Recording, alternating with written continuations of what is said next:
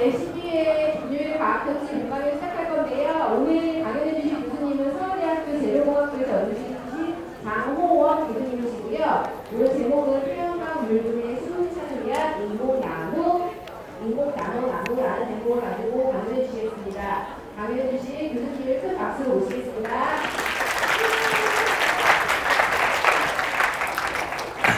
예, 감사합니다. 오늘 어제 휴일이고 오늘 내일 휴일인데 많이 오셨네요. 좀 전에 아까 선생님께서 보니까 전류 이야기 많이 하셨죠. 그래서 제 강연에도 전류가 이제 나오는데 전류를 만드는데 빛을 쬐어주면 전류가 됩니다. 그래서 약간의 물리가 많이 들어가 있는데 그 물리를 최대한 제가 쉽게 이야기해서 여러분들 잘 이해할 수 있도록 이야기해 보겠습니다. 그래서 제 강연 제목은 태양광 물분해 수소 생산이라고 되어 있는데 태양광을 쬐어줍니다. 그러면 물이 분해돼서 물이 분자식이 뭔가요? H2O죠, 그죠? 그래서 수소하고 산소가 나옵니다. 그래서 그 수소를 저희들이 에너지로 쓰겠다는 거고, 여러분들 최근에 많이 뉴스에서 들어보죠. 예, 수소차, 수소연료전지 자동차의 줄임말인데 거기에 에너지로 쓰겠다는 겁니다. 그래서 태양광 물분해 수소 생산을 하려고 하면 제가 하는 거는 이런 인공이라는 말은 사람이 만든다는 거죠. 그리고 나노 크기예요. 크기가 그렇게 크지 않습니다. 작습니다. 눈에 보이지 않을 정도로 작은, 여기 나무가 되어 있죠. 여러분들 직접 보는 나무, 그런 나무 모양처럼 만들고 싶은데 크기는 작습니다. 그리고 사람이 만들어서 제가 인공 나노 나무라고 이름을 붙여봤습니다. 아마 인공 광합성 또는 인공 나뭇잎이라는 말 들어봤을 겁니다. 그래서 그것보다는 좀 더 스케일이 큰 그런 게 되겠습니다. 그래서 여러분들 나눠준 자료의 앞에 한 서너 장은 없습니다. 제가 오늘 좀 급히 넣은 자료가 있는데 이해를 도우려고 넣습니다. 그래서 나노라고 하면 여러분들 나노미터 많이 들어봤죠? 그래서 나노라고 하면 10의 마이너스 9승이에요. 그래서 어떤 크기, 10의 마이너스 9승이 뭔가요? 예? 몇 분의 1이죠? 10의 9승분의 1이죠. 10의 9승은 10억이죠. 그죠? 10억. 그래서 10억 분의 1 크기입니다. 10억. 나노미터, 나노킬로그램, 나노밀리미터, 어떤 단위 앞에다 나노를 붙이면 됩니다. 그래서 여기 보면 여러분들 머리카락 있죠?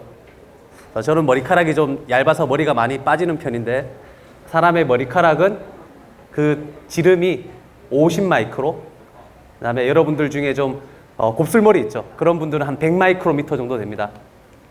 근데 1나노미터는 그것보다 약 10만 배 더 작습니다. 여기 지금 탄소 나노 튜브가 있는데 저게 지름이 1나노미터이고 나노의 크기는 그 정도가 되겠습니다. 그리고 오늘 알아야 되는 게 여러분들 빛의 파장을 알아야 돼요. 빛은 뭐로 이루어져 있습니까? 빛을 이루는 건 뭔가요? 그래서 빛은 예전부터 있었죠, 그죠? 근데 아인슈타인이라는 사람이 빛의 정의를 다시 내렸습니다. 빛을 이루는 거는 광자입니다. 광자. 빛은 광자가 있어요. 광자가 빛을 이루고 그 광자가 실제로 움직일 때 이렇게 바로 가는 것 같지만 실제로는 이렇게 떨면서 갑니다. 우리 눈에 보이진 않습니다. 떨면서 가는데 이렇게 가요. 근데 어떤 광자는 이 떨면서 가는 이 폭을 우리가 파장이라고 합니다. 파장이 긴 광자도 있고 파장이 짧은 광자도 있습니다. 그래서 짧은 거는 여러분들 아마 엑스레이, 병원 가서 엑스레이 찍죠? 그래서 엑스레이의 파장은 약 여기 미터로 되어 있는데 한 1나노미터 정도 돼요. 1나노미터나 또는 10분의 1나노미터. 되게 짧습니다. 그래서 에너지가 높아요. 그리고 여러분들 적외선 여러분들 감지할 수 있죠? 적외선이 뭡니까? 우리 눈에 보이진 않죠? 우리 피부는 압니다. 열입니다. 열이 적외선인데 적외선은 파장이 광자가 이렇게 실제로 이렇게 파동을 일으키면서 가요. 파동일 때 한 파장을 여기서 여기까지 하죠. 그죠? 요 길이가 몇 마이크로미터 정도 됩니다. 적에서는. 근데 사람은 이 많은 파장 중에 여기 보시면 파장이 700나노미터부터 여기 360나노미터까지 저거밖에 인식을 못해요. 우리 눈에는 시신경이 있는데 시신경은 파장이 요거인 광자만 감지할 수 있습니다. 사람이 그렇게 생겼고 보시면 빨주노초 파남보 잘 아시죠? 여기 색깔이 좀 잘 안 보이네요. 그래서 가장 그 긴 거 빨간색이 이쪽, 그 다음에 가장 짧은 보라색이 이쪽입니다. 그래서 적외선은 우리가 볼 수 없고 자외선 역시 볼 수 없죠. 과시광선은 우리가 볼 수 있다는 거. 그래서 이제 여러분들 슬라이드에 다 나오는 내용입니다. 그래서 그 우리 인류가 여기 보시면 맞이하는 10대 메가 트렌드, 그러니까 10대 과제가 있어요. 뭐 여러분들 잘 아는 겁니다. 교육이 점점 더 중요해지고 글로벌화되고 건강이 또 중요한 문제가 되겠죠. 이거는 우리 모든 지구의 인류들이 당면하고 있는 문제입니다. 인구가 많이 바뀌고 있죠. 점점 더 고령화되고 그 다음에 또 새로운 정치 같은 것들이 나타날 수 있고 이민이 문제가 되고 그 다음에 점점 더 그 보안 같은 게 중요시 될 겁니다. 그렇지만 오늘 제가 말씀드리는 태양광 물분해 수소 생산은 기후변화 또는 기술의 고도화 그 다음에 자원 고갈하고 관련이 있습니다. 그래서 이 한 두세 장 다시 또 여러분들 자료에 없는데 그 온실가스가 점점 늘어나면서 지구가 온난화되죠, 그죠? 그래서 한때는 한 10여 년 전에는 지구 온난화가 정말 사실이냐? CO2나 또는 메탄 같은 것 때문에 지구 온난화가 되는 게 맞느냐 아니냐 그랬는데 실제로 지구 온난화는 이제 기정사실화 되어 있습니다. 그 CO2가 많아지면서 온실력가 때문에 지구가 따뜻해지고 있죠. 그래서 보시면 각 세계 각국이 모여서 이제 협정을 맺죠. 우리 CO2 배출량을 줄여야 된다. 이산화탄소 양을 배출을 줄여야 된다. 그렇게 해서 뭐 2030년까지 얼마나 줄이겠다. 뭐 그렇게 다 이야기를 하고 있습니다. 그런데 여기 보시면 온실가스 배출국이 있죠. 10대 온실가스 배출국. 한 이게 2015년도일 겁니다. 그런데 한 2000년에는 미국이 가장 온실가스를 많이 냈습니다. 근데 지금은 중국이 이거보다 더 큽니다. 실제로는. 왜 그런가요? 왜 중국이 온실가스를 많이 만듭니까? 공장이 많아서 그런 거죠. 그래서 지금 중국은 우리 지구의 공장입니다. 공장. 여러분들 값싼 것은 다 중국산일 겁니다. 그래서 거기에 공장이 많고 그 공장이 뭘 뗄까요? 뭐를 연료로 사용할까요? 공장이 돌아가려면 기계를 돌려야죠. 그래서 그 기계를 돌릴 때 뭘 쓸까요? 연료가 뭘까요? 뭔가 이 전기를 만들어야 되죠, 그죠? 또는 열을 만들어야 되잖아요. 그럴 때 중국에서 쓰는 거는 뭘까요? 예, 화석 연료인데 그 중에서도 뭘 제일 많이 쓸까요? 석탄입니다. 석탄. 석유도 아닙니다. 석탄을 훨씬 많이 쓰고요. 중국에 가시면 그 어떤 내륙에 가면 우리나라는 이제 강원도 탄광이 많이 없어졌지만 그 석탄을 캐려면 지하로 내려가요. 근데 중국이나 호주는 산 자체가 높은 산 자체가 다 그냥 석탄이에요. 그걸 캐서 바로 연료로 씁니다. 그래서 그거를 떼우면 석탄을 떼우면 이렇게 까만 연기가 나오죠. 근데 실제 그거보다 더 무서운 게 여러분들 낙스 삭스라는 그 NOx, SOX라는 화학 표기법인데 이산화황, 그다음에 이황화물 이질산화 산소죠. 네, 그런 것들이 생기고 그런 것들이 미세먼지를 만들어서 우리나라에 넘어옵니다. 그래서 실제 굴뚝에 나오는 그 까만 거 있죠. 까만 거는 바다를 건너지 않습니다. 가다 오기 전에 다 떨어지고 그보다 작은 우리 눈에 잘 보이지 않는 그런 그 NOx, SOX들이 우리 그 바다를 건너오면서 이제 미세먼지를 만들고 그게 보시면 여기 항상 우리나라를 뿌옇게 만들죠. 그래서 여러분들 우리나라에서도 미세먼지 좀 만들지만 우리나라에서 나오는 미세먼지로 절대 뿌옇게 되지 않습니다. 그래서 뿌옇게 되는 거는 다 중국에서 온 거라고 보면 되고, 그래서 이걸 해결하려고 하면 어떻게 되나요? 결국 화석 연료를 덜 써야 됩니다. 그래서 미래 수소 연료 사회라고 되어 있는데 이 사회에는 수소를 씁니다. 화석 연료를 쓰지 않아요. 그래서 바닷물을 가지고 이제 분해를 하죠. 그래서 여기 수소 탱크가 있죠. 수소를 저장하고 그 다음에 여기 태양전지가 있습니다. 태양전지에서 나오는 전기로 다시 물을 분해해서 또 수소를 저장합니다. 그래서 여기 차가 있죠. 차나 승용차나 여기 자동 큰 화물 트럭이 수소를 주입해서 이제 갑니다. 그리고 뭐 배도 마찬가지. 이제 이런 수소를 이용하는 사회가 올 것인데 빨리 오진 않을 겁니다. 아직은 많이 기다려야 하지만 이쪽으로 가야 되는 방향은 맞다고 생각합니다. 여기서는 이산화탄소 배출이 없기 때문에 이쪽으로 가야 되는 것 같고,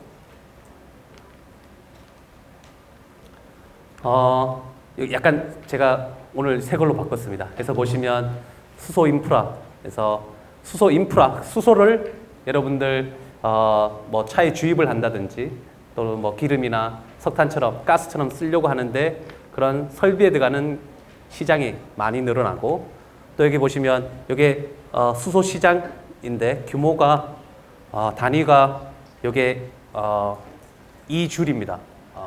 엑사줄. 엑사가 10에 10 몇 승인가요? 12승인가요? 제가 지금 정확하진 않은데 어쨌든 그 에너지를 내는 건데, 지금 우리는 보면 수소를 어디에서만 씁니까? 여기에만 씁니다. 피드 스톡이라 그래서 수소를 넣어야 되는 데가 있습니다. 그러니까 부생 수소로 사용하는 그런 거가 있는데 2050년 보세요. 여기 새로운 것들이 많이 늘어나죠. 특히 가장 많이 늘어나는 게 트랜스포테이션. 그러니까 수소차들이 다니고 그 수소차들이 수소를 씁니다. 또 여기 보면 수소를 연료로 뗍니다. 가스가 아니라 석유가 아니라 수소를 연료를 떼는 이제 시대가 올 겁니다. 그래서 보시면 예상이 얼마인가요? 2050년이죠, 그죠? 아직 수소가 좀 여러분들 수소차를 많이 보고 또는 수소를 쓰는 사회는 아직 20년 정도 더 기다려야 되겠죠. 그렇지만 이미 수소 사회는 시작되고 있고, 여기 보시면 토요타, 그다음에 벤츠, 우리나라 현대가 이 수소차를 상용하는데 가장 앞서 있습니다. 그리고 여러분들 수소 연료 전지 자동차, 줄여서 수소차 살 수 있습니다. 현대 이게 차명이 투싼인가요? 살 수 있습니다. 그래서 이제 저거를 한 4천만 원 정도 조금만 더 주면 살 수 있는데, 이제 문제는 수소를 넣으려고 하면 서울에는 수소를 주입할 데가 없습니다. 여기 아마 인천에는 아마 어디 있을 것 같고 울산에 많고요. 그래서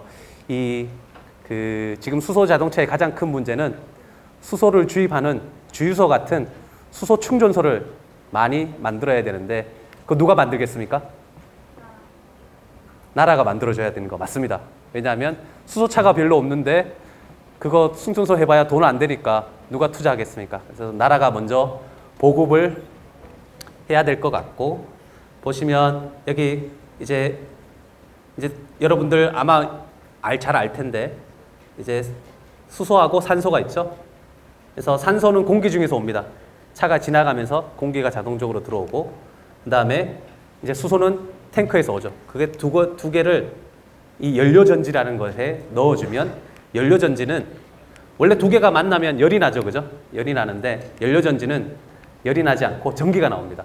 전기가 나오는 것이고, 이게 마치 엔진 같은 거죠. 지금 엔진은 우리가 가스나 이제 그 석유를 넣으면 디젤이나 가스를 넣으면 거기서 열이 나오는데, 이거는 수소하고 산소를 넣으면 물이 나오면서 전기가 나오는 그런 겁니다. 그래서 그 전기로 여기에 모터를 돌리죠. 그래서 이 자동차가 갑니다.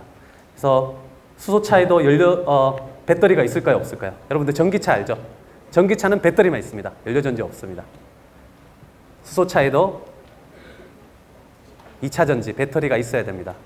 그렇지만 배터리 크기가 매우 작습니다. 크지 않아도 되고, 그래서 앞으로 이제 수소차가 많이 보급될 거고, 보급하려고 하면 아까 말했듯이 충전소가 생겨야 되잖아요. 그래서 수소차를 보급하기 위해서 충전소를 이제 나라에서 많이 짓겠다고 합니다. 그래서 일본이 가장 먼저 이야기했고 다음에 독일, 중국, 우리나라 이 4개국이 앞서가 있습니다. 여기 미국이 없죠, 그죠? 왜 그럴까요? 왜 미국 없을까요? 미국은 왜 수소차를 개발하지 않을까요? 예? 예, 미국은 기름이 많죠. 셰일 가스, 셰일 오일. 예, 앞으로 3, 400년 더 쓸 수 있습니다. 그래서 이제 수소를 쓰고 싶은데 지금 보면 우리가 수소를 지금 쓰는 수소의 96%는 수증기 계질법으로 만듭니다. 근데 저 수증기 계질법은 이미 수소를 만들 때 이산화탄소를 같이 배출합니다. 그래서 수소는 청정 에너지라고 하는데 실제 수소 자체는 청정이 맞지만 수소를 만들 때 이미 우리가 쓰는 수소의 96%는 이산화탄소를 만들었기 때문에 진정한 청정 에너지가 아니죠.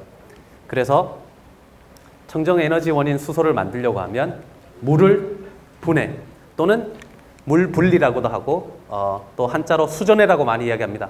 그래서 다 같은 말인데 저는 물 분해를 주로 쓰는데 그래서 물을 분해해야 됩니다. 그래서 물을 분해하는데 에너지가 필요한데 그 에너지를 태양광을 쓰겠다는 겁니다. 그래서 보시면 여기 와트라는 게 있죠, 그죠? 와트가 어떤 의미인가요? 와트가 어떤 건가요? 전력이라는 표현 많이 쓰죠, 그죠? 전력의 단위인데 줄 퍼 세컨드입니다. 그래서 1초에 들어가는 어떤 에너지의 양입니다. 초당 에너지 양. 그래서 우리 지구가 돌아가고 있지만 어쨌든 지표면에는 항상 뭐 반대쪽은 가려져 있지만 반대쪽에는 태양 에너지가 오죠.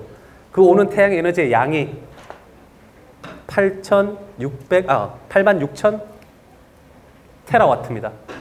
예. 엑사가 15승이군요. 테라가 몇 승인가요? 여러분들 기가는 많이 쓰죠. USB 뭐 32GB. 그죠? 테라는 뭔가요? 10의 10 2승입니다. 그죠? 여러분들 하드드라이브 큰 거 사면 1테라와트짜리 살 수 있습니다. 근데 우리 전체 지구에서 쓰는 초당 쓰는 전기 에너지 양이 이게 좀 옛날 자료인데 18테라와트예요. 이거보다 훨씬 작죠. 그래서 태양 에너지만 우리가 1%만 전기 에너지로 잘 바꿀 수 있다 그래도 지구의 모든 에너지 문제를 해결할 수 있습니다. 그래서 태양광 물 분해 수소 생산은 물을 분해하여 수소를 얻는 것인데 그때 에너지가 필요한데 열 에너지나 또는 어떤 에너지가 필요한데 그 에너지원으로 태양광을 이용하겠다는 겁니다. 그래서 이제 여러분들 용어를 쓸 때 잘 말해줘야 됩니다.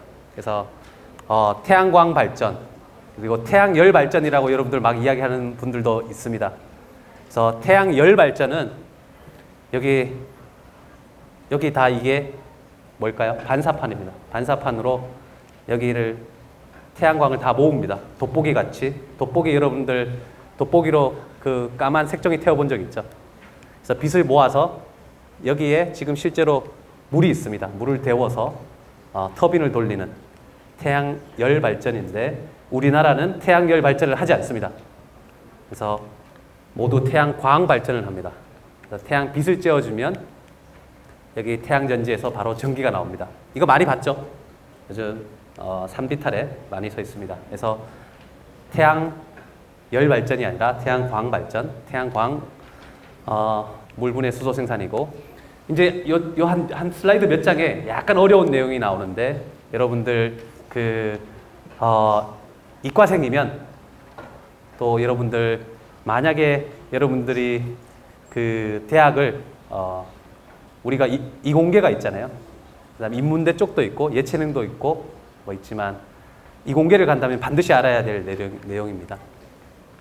그래서 모든 물질에는 밴드갭이 있습니다. 그래서 그 밴드갭은 물질의 색깔을 보면 압니다. 자, 이 유리는 어떤가요? 투명하죠, 그죠? 자, 왜 투명한가요? 빛을 어떻게 하는 게? 우리 과시광선을 흡수를 안 하죠, 그죠? 안 하기 때문이죠. 반대로 옆에 흑연 있어요. 여러분들 연필심이 흑연인데 흑연은 까맣죠. 왜 그런가요? 모든 빛을 흡수하죠. 그죠? 그 다음에 저도 이게 색깔이 마음에 안 드는데 이게 빨간색입니다. 산화철. 이제 철을 녹슬면 빨개지는데 진짜 빨개요. 그래서 저 산화철은 빨간색인데 왜 그럴까요? 빨간색을 어떻게 하나요? 다른 과시광선에 이제 빨주노초 파남보가 다 있는데 빨간색만 흡수하지 않고 반사시켜서 우리 눈에 들어오니까 빨간색인 거죠. 그죠? 맞나요? 바나나 껍질이 왜 노란색인가요? 바나나 껍질은 노란색을 흡수하지 않고 다른 건 다 흡수해요. 노란색을 반사시켜서 우리 눈에 보이는 겁니다. 자, 실리콘 이따가 이야기가 나오는데 여러분들 실리콘 웨이퍼 이거 그 인터넷으로 주문할 수 있습니다. 한 장에 몇천 원 합니다. 그래서 요거 색깔 보면 약간 짙은 회색이에요. 그래서 가시광선을 다 흡수합니다. 그래서 유리는 밴드갭이 있는데 그 밴드갭 모든 물질에 다 있는데 밴드갭이 5입니다. 5 단위가 일렉트론 볼트라는 걸 씁니다. 5 이상이고 그 다음에 흑연은 밴드갭이 얼마일까요? 0입니다. 0. 그 다음에 산화철은 밴드갭이 2인데 여기 잘 보시면 되죠. 여기 색깔이 저도 마음에 안 드는데 2 정도면 빨간색에 들어가 있다는 거 보이시죠? 실리콘은 1.1입니다. 그래서 이 과시광선을 다 흡수하지 않는다, 뭐 흡수한다 제가 이야기 드렸고 보통 우리가 아는 부도체면 밴드갭이 4보다 크고 그 다음에 반도체면 밴드갭이 0에서 4 사이, 실리콘은 1.1입니다. 그 다음에 도체이면 밴드갭이 없습니다. 자, 여러분들 반도체 많이 들어봤죠? 최근에 뭐 재미있는 광고가 있던데 이천의 특산품 중에 하나로 반도체가 등록이 되었습니다. 네. 그래서 반도체가 뭔가요?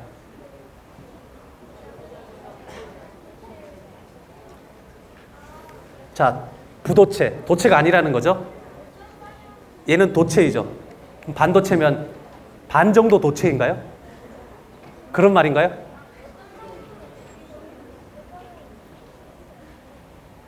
자, 반도체는 밴드갭이 좀 작고 그 다음에 반도체는 도핑이라는 게 있습니다. 도핑을 하면 도체가 되고 도핑을 하지 않으면 부도체입니다. 그래서 도체도 될 수 있고 부도체도 될 수 있습니다. 그게 반도체입니다. 그 중간에 있는 게 아니고 실제로 밴드갭으로 보면 중간에 있지만 도체도 될 수 있고 부도체도 될 수 있습니다. 그래서 이제 이게 제일 어려운 내용인데 이제 아까 이런 모든 물질에는 여기 밴드갭이라고 있죠. 그 다음에 그 위에를 전도대 여기를 가전대 전자대라고 합니다. 그래서 빛이 옵니다. 빛이 와서 그 물질을 이제 빛을 쬐어주면 빛이 뭐로 이루어졌다고 했나요? 광자. 그래서 광자 하나는 그 빛에는 실제로 광자의 개수가 엄청 많습니다. 그래서 광자 하나는 여기에 전자를 여기를 시켜서 전자가 이쪽으로 여기 됩니다. 올라갑니다. 그리고 여기는 전자의 빈자리가 있죠. 그래서 전자의 빈자리를 영어로 홀, 우리말로 전공이라고 합니다. 그래서 전자가 올라가서 전자와 전공을 만들죠. 그래서 그거를 전자전공 쌍이라고 하고 반도체에 빛을 쬐어주면 전자전공 쌍이 생깁니다. 부도체에는 생길까요? 안 생길까요? 왜요? 광자를 흡수를 안 하니까 그죠? 도체에는 생길까요? 안 생길까요? 예? 왜 생길까요? 예. 반대쪽을 이야기해 주면 좋습니다. 안 생깁니다. 왜 안 생기냐? 여기 할 밴드갭이 없습니다. 예. 잠시만요.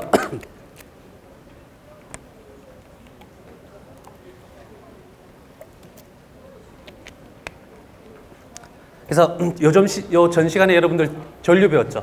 자, 전류는 뭐가 흐르는 건가요? 예? 실제로 전자가 흐르는 거예요. 그 다음에 전공은 반대 방향으로 흐르면 그 전자가 다시 그 반대 방향으로 흐르는 효과하고 같습니다. 그래서 전류는 전자가 흘러서 만들어지는 건데 빛을 쬐어주고 전자가 만들어졌죠. 전공이 만들어졌죠. 제가 이제 여기에다가 이제 전압을 가하면 얘들이 움직이겠죠. 그래서 전류가 생성이 되겠죠. 그죠? 그래서 실제 빛을 쬐어주고 전압을 제가 만약에 어떤 이게 반도체라고 합시다. 그래서 제가 여기에다가 전압을 가해줘요. 1V 뭐 이렇게. 그럼 전류가 거의 없어요. 그런데 제가 빛을 쬐어주면 전류가 엄청 늘어납니다. 그래서 그게 태양전지의 원리입니다. 그런데 제가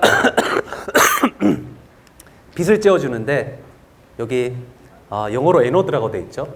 여기 양극 또 뭐 음극 이렇게 돼 있는데 여기에 쬐어주면 영어로 포토 에노드, 여기서는 포토 캐소드가 됩니다. 근데 에노드에서는 항상 이 반응이 일어납니다. 산소가 발생하고 그 다음에 캐소드에서는 항상 수소가 발생합니다. 그래서 요거를 산화전극이라고 해도 됩니다. 환원전극. 알죠? 산화환원 들어봤죠? 수소가 발생하는 데가 항상 환원이죠. 그죠? 그래서 제가 빛을 쬐어주면 이쪽도 쬐어줄 수 있고 이쪽에 쬐어줄 수 있습니다. 어쨌든 물이 분해되는 데는 이만한 에너지가 들어가는데 그 에너지를 빛으로 채워주겠다는 것이고 그 다음에 여기 아까 봤던 여러분들 요건데 요게 지금은 이렇게 휘어 있죠. 그죠? 그래서 나중에 물리를 배우면 여러분들 나올 텐데 요게 여기 물하고 이제 만나는 여기 계면에서 밴드가 휘어지는 현상이 있습니다. 그거를 밴드 밴딩이라는데 밴드 휨이라고 하는데 휘면 전자는 이 흰 것에서 아래쪽으로 가기를 원하고 전공은 위쪽으로 가기를 원하기 때문에 자연스럽게 전공이 이 산소가 발생하는 데 쓰이고 전자는 반대쪽으로 가서 물을 분해하는 데 쓰이게 됩니다. 수소 발생에 쓰이게 됩니다. 그래서 제가 에노드에 빛을 쬐어줄 수 있고 또는 캐소드에 빛을 쬐어줄 수 있는데 그때 중요한 게 있습니다. 자, 반도체 이야기했죠. 그죠? 이제 이론 거의 다 끝나갑니다. 어려운 부분 다 끝나갑니다. 자, 반도체에는 두 가지 타입이 있습니다. 두 가지 형이 있어요. 들어봤나요? N형 반도체, P형 반도체 들어봤을 거예요. 그렇죠. PN 접합 들어봤습니까? 안 들어봤나요? 고등학생들은 아마 들어봤을 텐데. 자, 제가 여기 양전구 에노드로 쓰려고 그러면 여기 반도체에 여기 페르미라는 사람이 있습니다. 페르미라는 사람이 정의한 에너지 레벨이 EF 포미 레벨인데 페르미 레벨인데 페르미 에너지 준위가 약간 위쪽에 있는 게 N형, 또 여기 전체에서 보면 약간 아래쪽에 있죠. 이게 P형입니다. 그래서 제가 광음전극에 쓰려면 P형을 써야 되고 광양전극에 쓰려면 N형을 써야 되는데 여기서 N형, P형 할 때 N은 전자의 농도, P는 전공의 농도를 말하고 N형 반도체는 그 반도체 내에 전자가 더 많고 P형 반도체에는 그 반도체 내에 뭐가 많을까요? 전공이 더 많습니다. 그래서 똑같은 이야기인데 제가 빛을 여기 지금 여기 에노드입니다. 양전극에 쬐어줄 수 있고 또는 음전극에 쬐어줄 수 있고 양쪽 다 쬐어줄 수도 있습니다. 그래서 보면 어떤가요? 제가 지금 계속 설명하는데 보면 항상 전극이 두 개죠. 그래서 제가 설명하는 물분해, 태양광 물분해 수소 생산인데 저는 전극을 만드는 사람입니다. 그래서 저분은 이제 영어로는 포토 일렉트로 케미칼이라고 해서 PEC라고 해요. 근데 이제 이렇게 제가 강연을 하고 가면 또 이걸 이야기해요. 여러분들은 오늘 광촉매에 대해서 들은 것 같다고. 광촉매 저거 신문에 많이 나옵니다. 광촉매 연구. 제가 오늘 이야기 드리는 거는 광촉매가 아니고 뭐라고요? 물분해, 태양광 물분해 수소 생산에 쓰이는 광전극을 이야기하는 겁니다. 광촉매는 입자예요. 입자. 저기 입자를 물에 뿌려놓고 빛을 쬐어주면 수소가 나옵니다.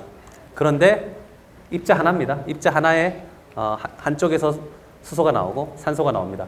그래서 이게 되게 싸고 좋긴 한데 효율이 낮아요. 그래서 진짜 물분해 수소 생산으로 가려면 전극 시스템으로 가야 됩니다. 그래서 이게 그 이야기입니다. 지금 이미 상용화된 여기 태양전지에다가 태양전지에서 나오는 전기로 그 물을 분해하게 한다는 이게 영어로 줄이면 PVEC라는 겁니다. 이 시스템이 상용화되어 있는데 이거는 가격이 상당히 높습니다. 가격이 높죠. 그 다음에 효율은 좋지만 여기 아까 포토캐탈리스 광촉매인데 매우 싸지만 효율이 너무 낮습니다. 그래서 우리가 이쪽으로 가야 되는데 그쪽으로 가려면 결국 포토일렉트로드 광전극 시스템으로 가야 됩니다. 그래서 저는 광전극 시스템을 개발하고 있고 그럴 때 이제 마지막 이론이에요. 광전극의 효율을 결정하는 건데 자, 빛을 쬐어주죠, 그죠? 빛을 쬐어주면 전자전공이 만들어집니다. 그래서 전자전공이 최대한 많이 만들어져야 되겠죠. 그래서 전자전공이 만들어지는 효율 곱하기 자, 만들어진 전자전공은 실제로는 재결합을 전자하고 전공이 전자는 음전화, 전공은 양전합니다.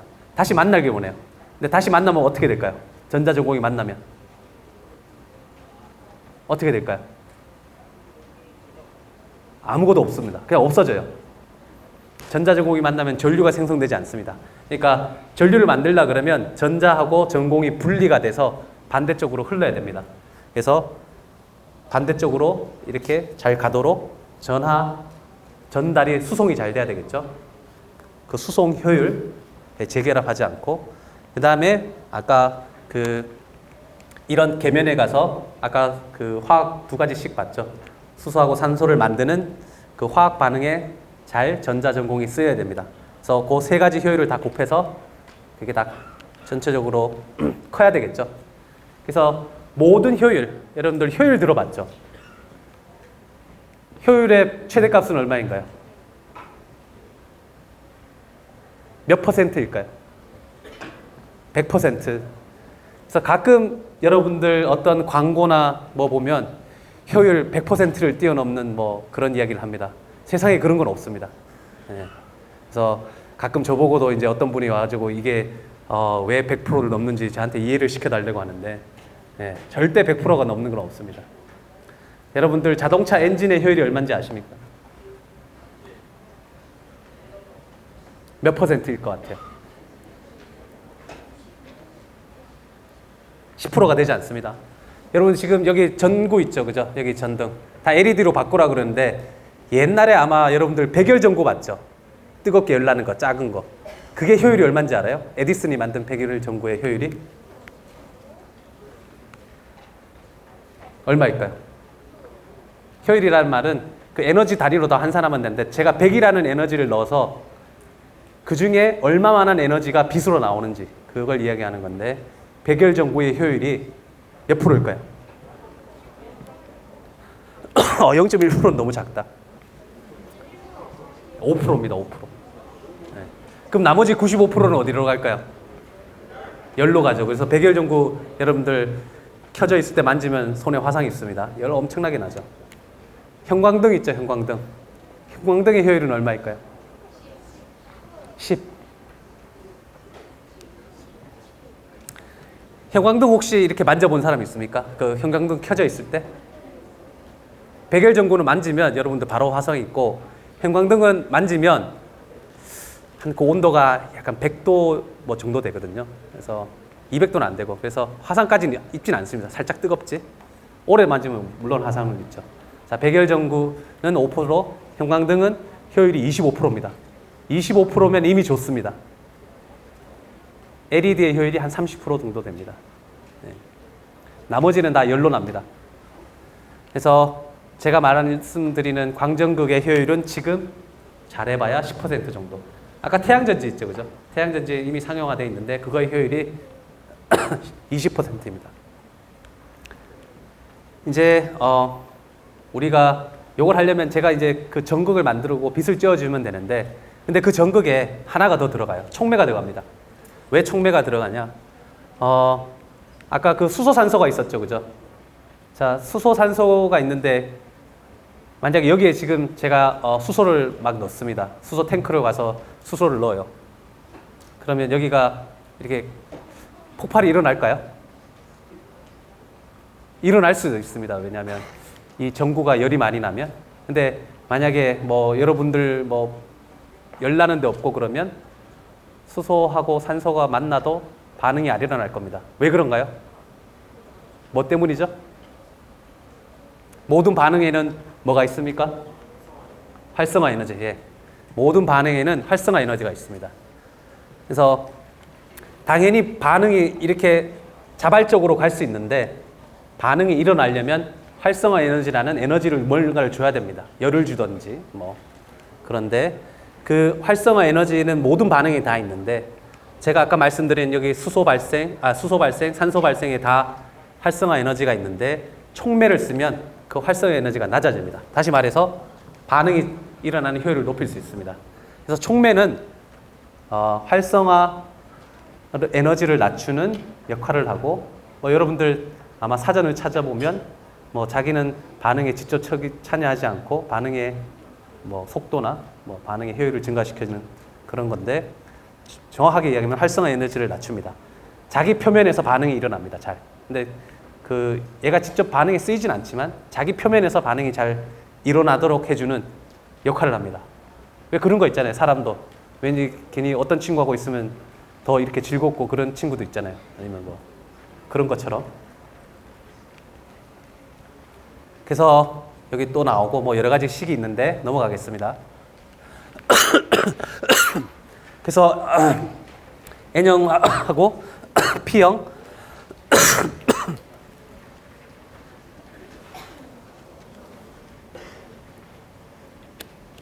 반도체를 쓴다는데 여기 보면 N형 반도체 중에 사람들이 이렇게 여기 산소가 들어간 이 금속 산화물을 많이 쓰고요.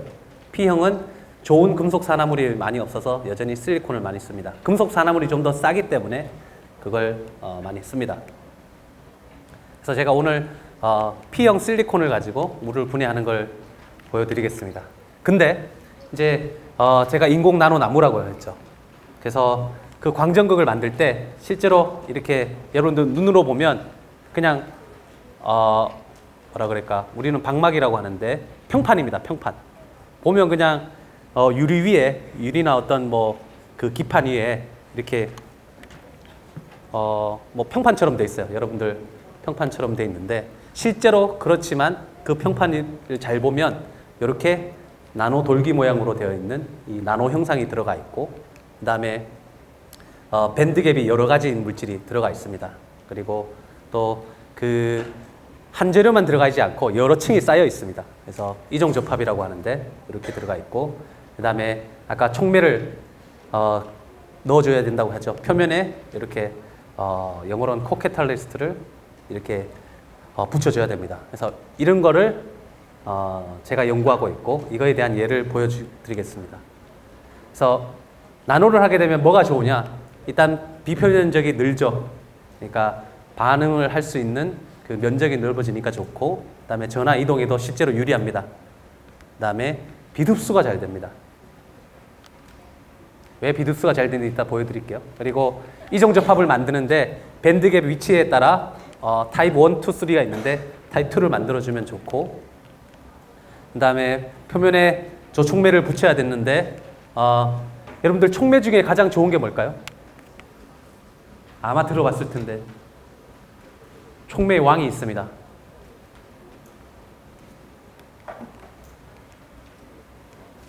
여기 잘 안 보이죠? 여기도 숨어 있는데 네. 촉매의 왕 PT입니다. PT가 뭐죠? 금속, 그 원소기호죠. 금속이고 우리말로 뭔가요? 백금. 백금입니다. 여러분들 금 알죠? 금. 금은 노랗죠? 저 PT를 왜 백금이냐면 하얀색이에요. 은색처럼 생겼어요. 근데 금보다 더 비싸서 백금이라고 합니다.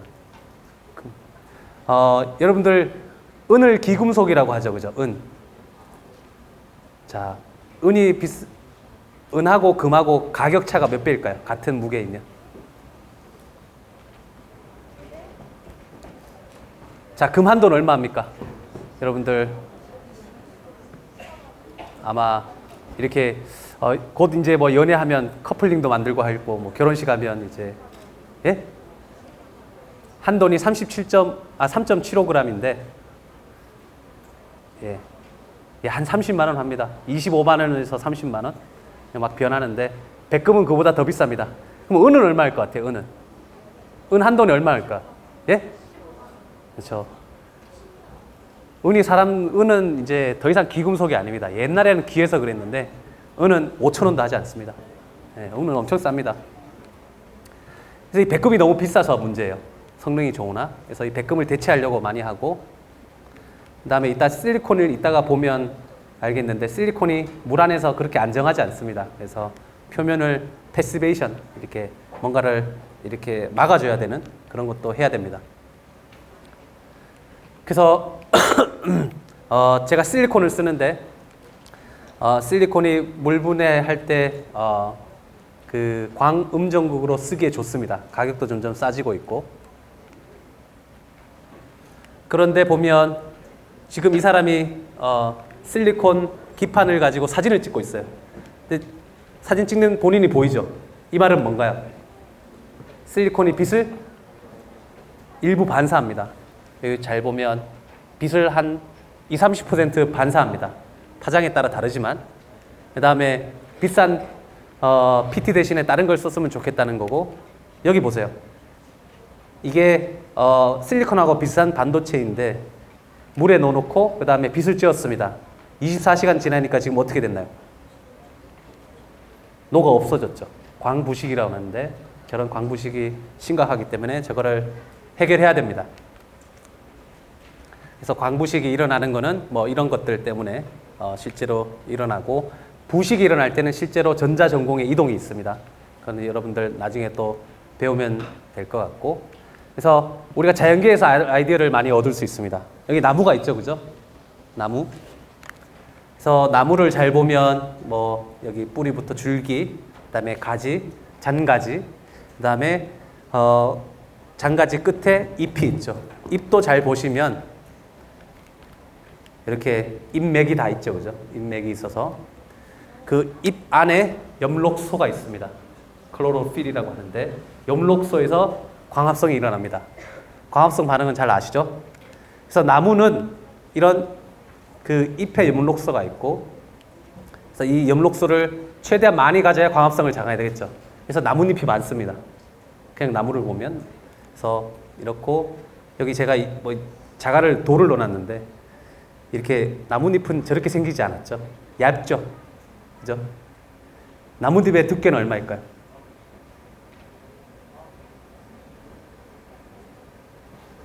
여러분들 나뭇잎의 두께 잘 안 재봤죠? 좀 두꺼운 애도 있고 얇은 애도 있는데 나뭇잎의 두께가 여러분들 머리카락 두께보다 조금 더 두껍습니다. 보통 한 200 마이크로미터. 근데 왜 두께가 200 마이크로미터일까요? 왜 그 정도일까요? 두께 다시 이야기해 볼까요? 여러분 알루미늄 포일 있죠? 알루미늄 포일. 두꺼운 것도 있는데 좀 좋은 거는 두꺼운데 여러분들 김밥 먹을 때 쓰는 알루미늄 포일 두께가 한 50 마이크로 정도 됩니다. 여러분들 머리카락 두께예요. 자, 잎은 왜 두께가 한 200 마이크로 정도 될까요? 수백 마이크로 될까요? 물론 뭐 연잎은 좀 더 두껍긴 하는데 그 정도면 어떨까요? 빛을 다 흡수합니다. 이제 그보다 얇으면 빛이 통과해요. 근데 그걸 원하지 않죠. 빛을 많이 받아들여서 광합성을 해야 되고. 자, 수수께끼가 있는데 왜 잎은 녹색이죠? 예? 맞아요. 엽록소가 초록색이에요. 근데 왜 엽록소는 초록색일까요? 희한하죠? 그래서 초록색인 이유는 빛에서 빨주노초 파남보 중에 얘가 녹색만 흡수하지 않고 다른 거 다 흡수합니다. 그래서 왜 녹색을 흡수하지 않을까요? 잘 모릅니다. 과학자들도 여전히 모르는데 우리 태양광에서 가장 빛이 세기가 센 게 녹색입니다. 그래서 걔가 아주 빛이 좋을 때, 옛날에는 그 원시대 때는 빛이 아마 더 좋았을 수도 있습니다. 그 빛을 받으면 너무 에너지가 높아서 오히려 뭐 더 안 좋을 수 있는 건지. 그래서 식물은 그 녹색을 받아들이지 않게 진화를 했고, 그렇지만 빛을 최대한 다 받기 위해서 이제 두께가 저 정도 됩니다. 더 두꺼울 필요는 없죠. 왜? 더 두꺼워지면 무거워지니까 나뭇잎을 많이 만들 수 없죠. 그래서 두께가 그 정도. 그래서 이 세상에 투명한 잎은 없다. 이렇게 잎으로 뒤를 볼 수 있는 잎은 절대 없고요. 그 다음에 반짝이는 잎도 없습니다. 거울처럼 여러분들 얼굴이 보이는 잎도 절대 없습니다. 그래서 잎의 단면인데 이건 연잎입니다. 이렇게 돌기가 있죠. 그래서 이런 돌기가 있으면 이제 빛을 잘 흡수합니다. 그래서 우리가 무반사 코팅이라고 하는 건데 그런 거 있고 제가 강조하고 싶은 거는 이건데 여기 잎의 단면이에요. 그래서 이쪽으로 이제 CO2가 들어가고 나중에 광합성한 뒤에 산소가 나오죠. 근데 잎을 잘 보시면 여러분들 모든 잎에는 여기 왁스 큐리클층이라는 게 있습니다. 표피층인데 그래서 이게 잘 생각이 안 되시면 아마 어머니들 잘 아실 텐데 고구마 줄거리 뭐 아니면 토란 줄거리 할 때 이렇게 그 질긴 거 이렇게 벗겨내는 거 있죠. 하얀 거 약간 불투명해 보이지만 실제로는 투명합니다. 그게 바로 표피층인데 저 표피층이 없으면 잎은 어떻게 될까요? 태양 아래에서 어떻게 될까요? 몇 초 만에 마릅니다. 그냥 다 죽습니다. 근데 저 표피층이 있어야 되고 우리가 광전극을 만드는데도 저런 표피층이 있어야 되겠다는 거고 그런데 그 구조가 나노였으면 좋겠다고 해서 제가 표피층으로 쓴 실리콘 위에 이제 그 실리콘을 막아주려고 TiO2라는 이런 화학 조성을 가진 건데 이제 나노 막대로 되어 있습니다. 여기 잘 보이실지 모를 텐데 여기 막대 하나가 제가 이걸 썼거든요. 이 막대 하나가 길이가 약 한 2 마이크로미터, 그다음에 지름이 50 나노미터예요. 바늘 걷죠? 그래서 뭐 제가 잘 기르면 이렇게 풀 모양처럼 되기도 하고 뭐 서리 모양 비슷하기도 한데 계속 이렇게 잘 만들고 싶으나 이게 잘 만들어지더라고요. 그래서 실제로는 이렇게 더 만들어지면 더 좋은데 아직까지 이렇게 이거를 매우 잘 만들고 있지 못합니다. 그래서 요거를 썼고 이거를 쓰면 보세요. 제가 실리콘 기판이 있는데 TiO2를 입히니까 어땠나요? 지금 어떻게 됐어요? 뭔가 반사되는 것이 없어졌죠, 그죠? 그리고 까매졌습니다. 그 말은 빛이 다 저 실리콘 웨이퍼 쪽으로 기판으로 들어간다는 겁니다. 그래서 들어가고 이때는 제가 플래티늄 입자를 살짝 또 넣어줬어요. 그래서 이걸 가지고 물 분해를 했는데 보시면 이게 광전류를 측정한 건데 계속 유지가 되죠. 근데 아까 그 TiO2 나노막대층이 없으면 금방 이렇게 요 커런트가 나온다는 말은 수소가 나온다는 건데 더 이상 나오지 않습니다. 이걸 동영상으로 보여드리면 제가 빛을 쬐면 이제 수소가 막 나오죠, 그죠? 나오는데 계속 나와요. 그렇지만 요 다음 거 한번 볼게요. 이 TiO2 나노막대, 나노라드 층이 없으면 어떻게 되는지.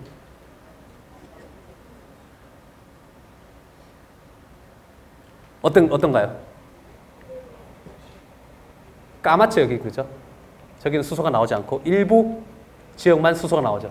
한 몇 분 지나면 모든 지역에 수소가 나오지 않습니다. 그래서 TiO2 층이 있어야 물 분해가 계속 꾸준히 될 수 있다는 거고, 그 다음에 제가 앞에는 TiO2 막대층을 썼는데 여기 금속, 전이금속 칼코지나이드 중에 하나인 MOS2를 썼습니다. MOS2 아마 잘 못 들어보셨을 텐데 여러분들 엔진 오일에 쓰는 그 엔진 오일이 까맣거든요. 윤활유.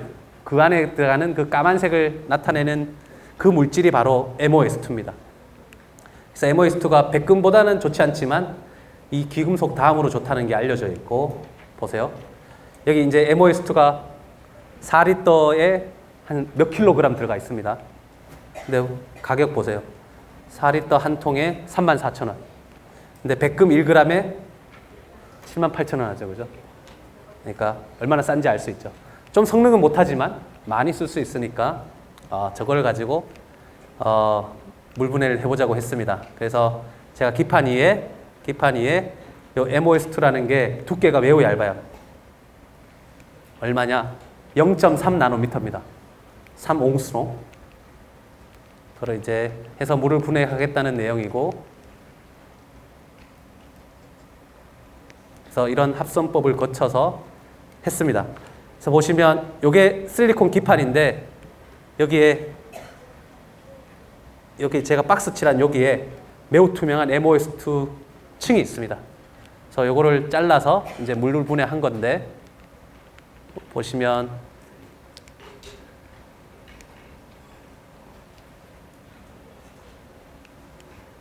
여기 MOS2가 없고 MOS2가 있죠. 수소가 점점 훨씬 더 잘 나오는 걸 알 수 있죠. 그래서 제가 더욱더 낮은 전압에서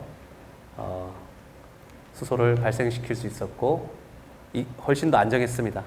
그래서 표면을 보호해주면서 그 다음에 수소 발생을 좀 더 좋게 도와줬습니다. 그래서 그거를 이렇게 모식도로 그린 거예요. 이해하려고.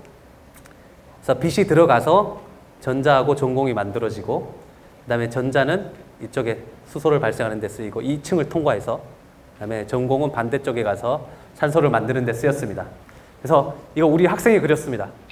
그림 잘 그리죠? 여러분들 이공계 가실 거면 그림 잘 그려야 됩니다. 정말이에요. 특히 초등학생들 저 시간 되면 미술학원 다니세요. 반드시. 네, 미술학원 다니는 게 중요합니다. 왜냐하면 여러분들 시대에는 모든 발표를 할 때 프리젠테이션을 해야 돼요. 우리가 PPT라고 하는데 그 PPT를 할 때 뭔가를 만들어야 됩니다. 근데 뭐 글자만 몇 자 적어 놓은 거랑 어떤 그 그림과 뭐 색깔이 좀 이쁘게 디자인된 거랑 했을 때 누가 더 우수한 점수를 받을까요? 당연히 같은 결과인데도 보기 좋게 한 사람이 좋겠죠. 보기 좋은 음식이 맛있듯이. 그래서 요거를 원래 디자이너들한테 맡기면 돈 100만 원 합니다. 근데 이 학생이 자기가 혼자 그려서 저한테 100만 원을 아껴줬습니다. 그래서 그림 잘 그리면 정말 좋습니다. 그다음에 그러니까 똑같은 만약에 어떤 두 사람이 있어요. 뭐 성적도 같고 뭐 전체적으로 일하는 능력이 같은데 그림 잘 그리고 그다음에 여러분들 발표를 할 때 영어를 잘하면 매우 좋습니다. 그래서 이거는 아까 MOS2를 썼는데 다시 이제 거기에 in을 넣었습니다. 제가 in P라는 것을 넣었는데 MOS2는 우리가 2차원이라고 알려져 있어요. 2차원 소재인데 마치 이거 보면 여러분들 책 옆면 보는 것 같죠, 그죠? 종이 쌓아놓은 것 같죠, 그죠? 근데 얘는 이렇게 완전히 결정체로 이루어져 있죠. 그래서 어쨌든 저게 좀 더 좋았다는 이야기이고, 그다음에 여기는 제가 이렇게 뭔가 앞에는 이렇게 종이처럼 쌓아 올린 건데 이제는 좀 위로 뭔가 솟아 있죠. 이거 이렇게 솟게 되면 좀 더 좋았다는 이야기입니다. 그리고 앞에는 광음전극을 얘기했는데 광양전극에 이런 물질이 쓰이는데 제가 이런 다양한 방법을 통해서 더욱더 효율을 증가시키려고 하고 있습니다. 그래서 마지막입니다. 뭔가 3차원 모양의 전극이 있으면 좋을 것 같습니다. 그냥 이렇게 평탄한 것보다는 그 위에 빨주노초 반환보 빛을 흡수할 수 있는 반도체를 붙이고 또 거기에 또 표면에 반응이 잘 일어날수록 촉매를 붙이고, 제가 이 플라즈모닉 입자 이야기를 안 했는데 플라즈모닉 입자도 붙이면 더 좋아집니다. 그래서 이렇게 붙여서 마치 사과나무 같죠? 근데 이 나무의 그 높이는 10마이크로가 되지 않습니다. 그다음에 요 막대의 길이는 뭐 몇 마이크로가 되지 않고 지름은 수십 나노미터 정도 될 것 같고, 그래서 이런 여러분들 태양전지 봤죠? 태양전지 판 보면 이 크기가 1m, 2m 뭐 그런 크기인데 거기에 이런 나무들이 다 박혀 있습니다. 그래서 저거를 이제 물 안에 놓고 빛을 쬐어주면 수소가 발생하고 저런 것들을 상용화하겠다는 게 저희의 목표이고, 이건 뭐 저만 하지 않고 많은 사람들이 하고 있습니다. 그래서 이 연구는 저희들 이미 다 이제 박사님들인데 이런 학생들이 다 도와줬고 또 같이 공동 연구하는 분들이 있고 주로 연구재단, 그다음에 삼성전자 이쪽에 도움을 받아서 연구를 진행하고 있습니다. 예, 오늘 집에 갈 때 다시 한번 광자를 받으면 전자전공이 생기고 재결합하지 않고 반응에 잘 참여했으면 좋겠다. 이렇게 되면 수소가 잘 생산이 될 수 있고, 그렇게 하기 위해서는 결국 나노구조, 그다음에 이종접합, 촉매 이런 것들을 결합하는 것이 매우 중요합니다. 예, 감사합니다.